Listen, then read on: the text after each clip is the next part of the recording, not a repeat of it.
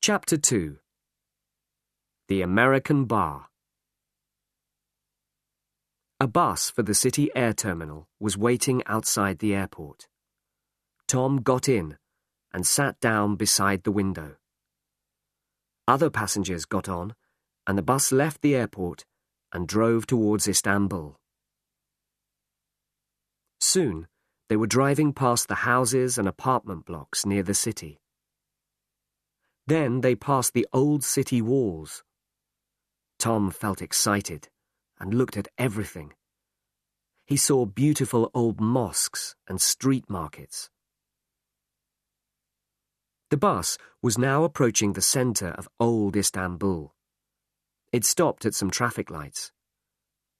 A car stopped beside the bus. The door opened, and a woman got out. 2 men were with her. Suddenly, Tom jumped to his feet. It was Angela. "Angela!" Tom shouted. "Angela! Here! It's me, Tom!" He knocked on the bus window. Suddenly, the traffic lights changed, and the bus moved forward. Tom ran to the back of the bus. Angela and the 2 men were going into a building.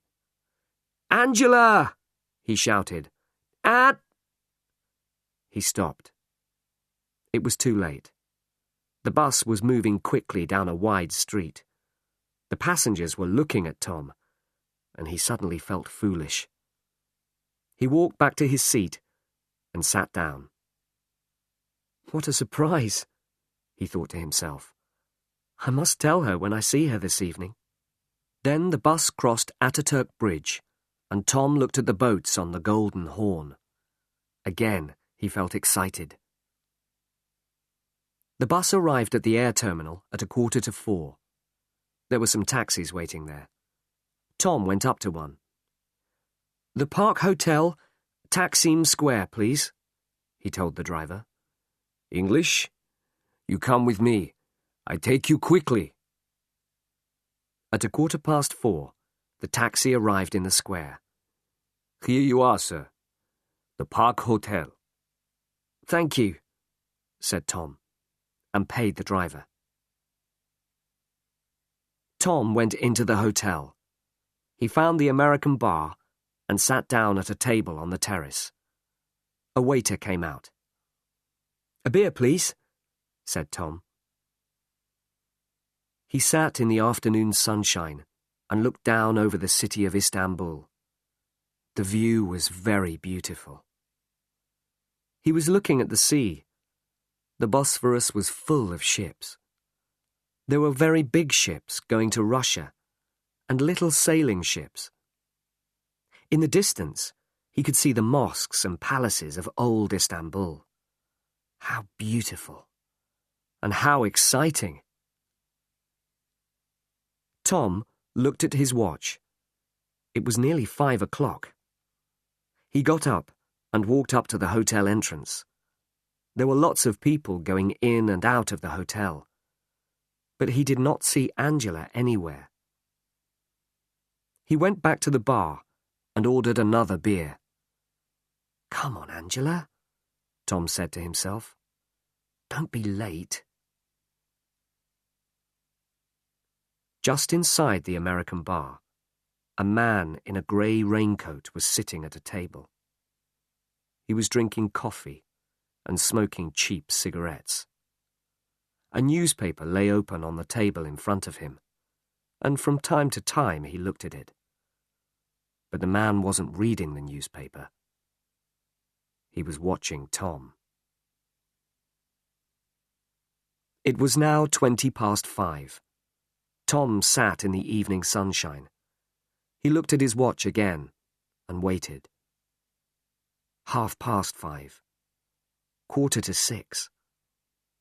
It was getting dark. He looked at the lights on the Bosphorus. Strange, thought Tom. Angela isn't usually late. Tom sat at the table on the terrace of the American bar, waiting for his fiancée. He waited and waited, and nobody came. and the man in the grey raincoat sat patiently inside the bar, smoking and watching Tom. "Another beer, sir?" asked the waiter. No. Bring me a black coffee, please. Have you a telephone? "Yes, sir. Inside." Tom went into the hotel. There was a telephone beside the reception. Tom dialed Angela's number. The phone rang and rang, but nobody answered it. He put the phone down and turned towards the reception desk. "Excuse me," he asked the receptionist. "Kamarot Sokak. Do you know where it is?" "Yes, it's very near. Go out of the hotel entrance and turn right. Walk along the street, and Kamarot Sokak is fourth on the right." "Thank you," said Tom. Tom went back to the bar. He drank his coffee and paid for his drinks. It was now after 8 o'clock. Tom picked up his suitcase and left the hotel. Inside the bar, the man in the grey raincoat stood up and picked up his newspaper. He put some money on the table and walked out into the street. He stood on the pavement for a moment or two, then started walking.